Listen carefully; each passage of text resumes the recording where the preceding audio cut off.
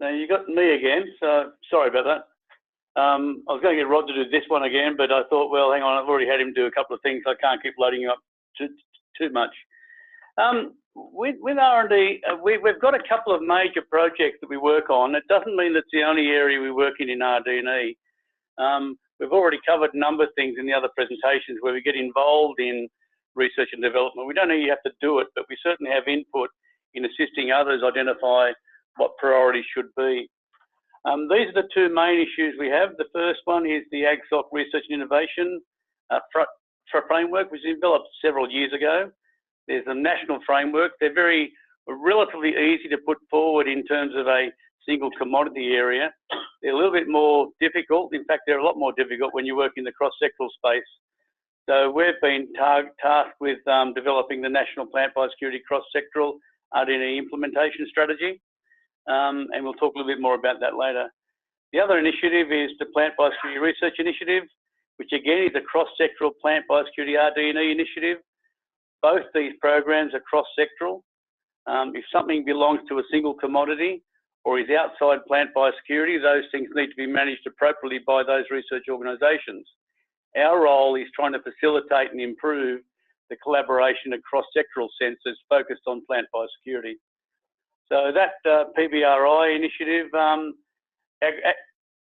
so there are 10 members of that, the 7 RDCs, the Council of RDCs, Department of Agriculture and Water Resources and PHA.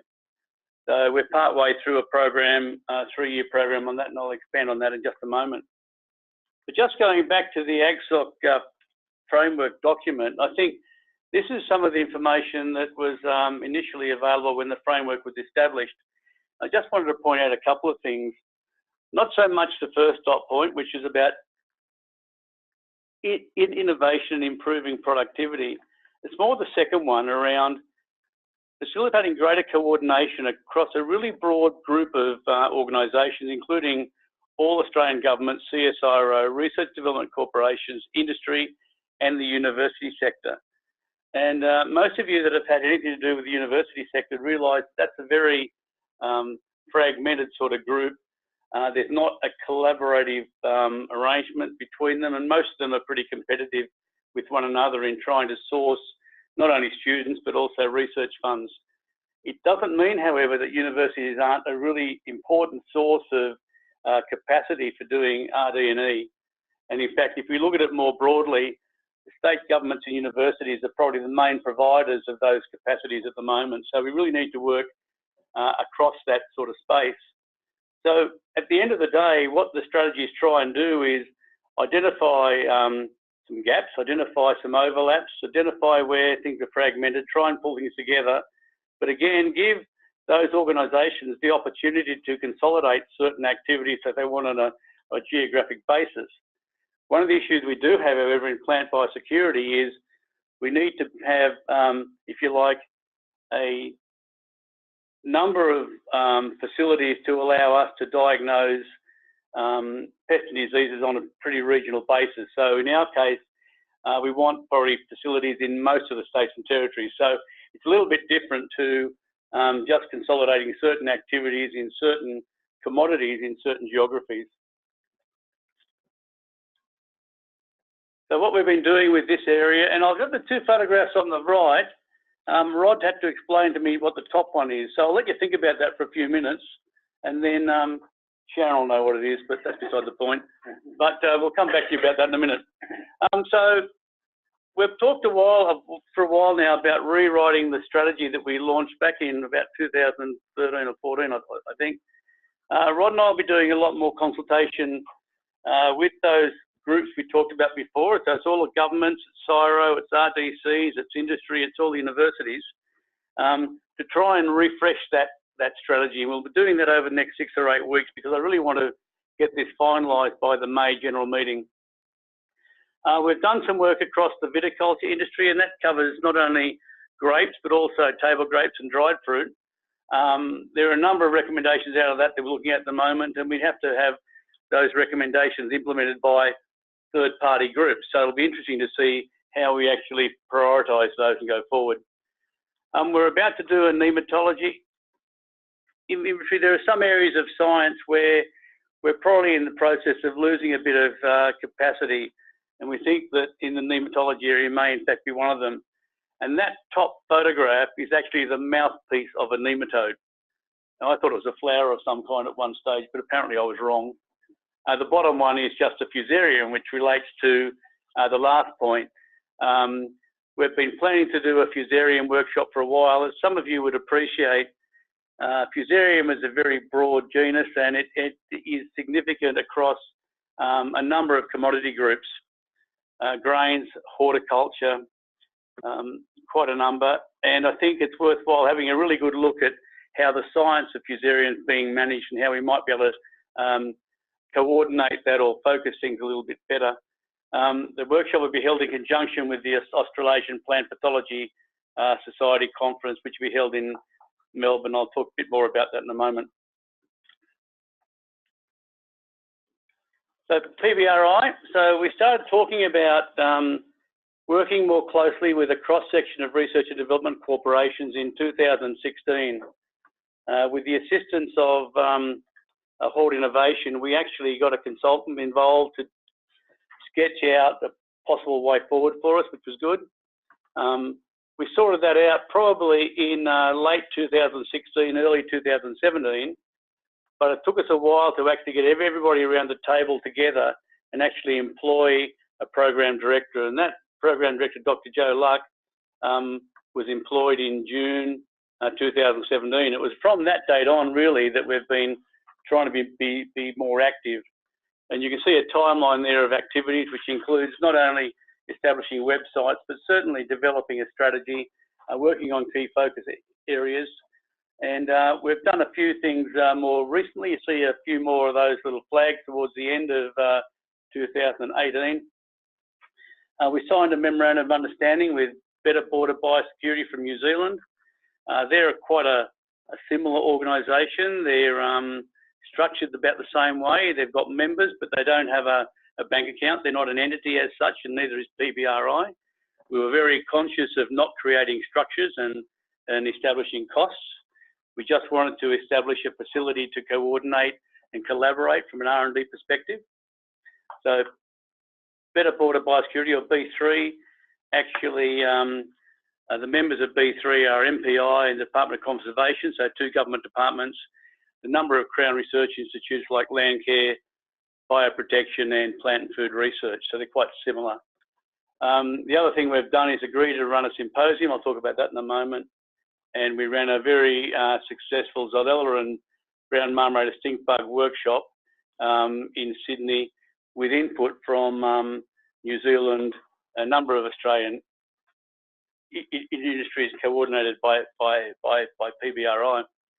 That's all quite interesting, but the best way to have a look at whether we've been successful or not, and I know that this is figure's a little bit small, but we were working behind the scenes back in 2016, and we actually pulled together the submission that the RDCs and PHA were attached to in terms of a rural R&D for profit program, which is currently called IMAP Pests. That's a major rural R&D for profit program. The total cost is about $21 million of cash and in-kind contributions. But if you look at the couple of things we've done, and that was contracted probably in the middle of 2017, if you look at the amount of funding we've got, and we've already contracted, it's over $27 million. Admittedly, that IMAP Pest project's very significant. But we've also got, in that second part of that table, a number of projects that are either in the process of being contracted or have been finalised and going out to contract, including another rural R&D for profit program focused on diagnostics. So again, two of the bigger issues that we all have that are cross-sectoral are surveillance and diagnostics, and they're two of the rural R&D for profit programs that we've actually tried to get funding for. We're not quite sure where that second one's up to, but if they all come off, it means we've been able to fund about a bit over $49 million worth of cross-sectoral plant biosecurity RD&E with the support of RDCs and the Australian government over the last 18 months or 2 years, which I think is a terrific effort. So I mentioned we've got the Plant Biosecurity Research Initiative symposium running. This is going to run in the middle of August this year It's focused on researchers, so it's reasonably cost effective. The cost to attend this conference is $275. It runs over 2 days. It's in Brisbane. The program's out at the moment, and if people are interested, they can register via the website, which is all in place. We're trying to limit attendance to about 250 or 300, I think. But again, it's very clearly focused on plant biosecurity research and development, which is obviously at the core of what we're trying to achieve. The other conference there is the Australasian Plant Pathology Society Conference, held at the end of November. PHA is the primary sponsor of that. The reason we get involved in that is for a couple of reasons. One of them, we'll have about half a dozen staff at the conference, so it's an opportunity for us to offer training opportunities internally. It's also an opportunity for us to promote plant biosecurity at the conference. And although it's a plant pathology conference, there are also a number of entomologists there. As a lot of you would appreciate, insects transmit or vector a lot of diseases. So there'll be a number of presentations that look at insect relations into a plant pathology sort of program. So that was it, in case there are any questions. I'm not quite sure if I've got one. Well, Rod's got one. You can talk about it. It's for you.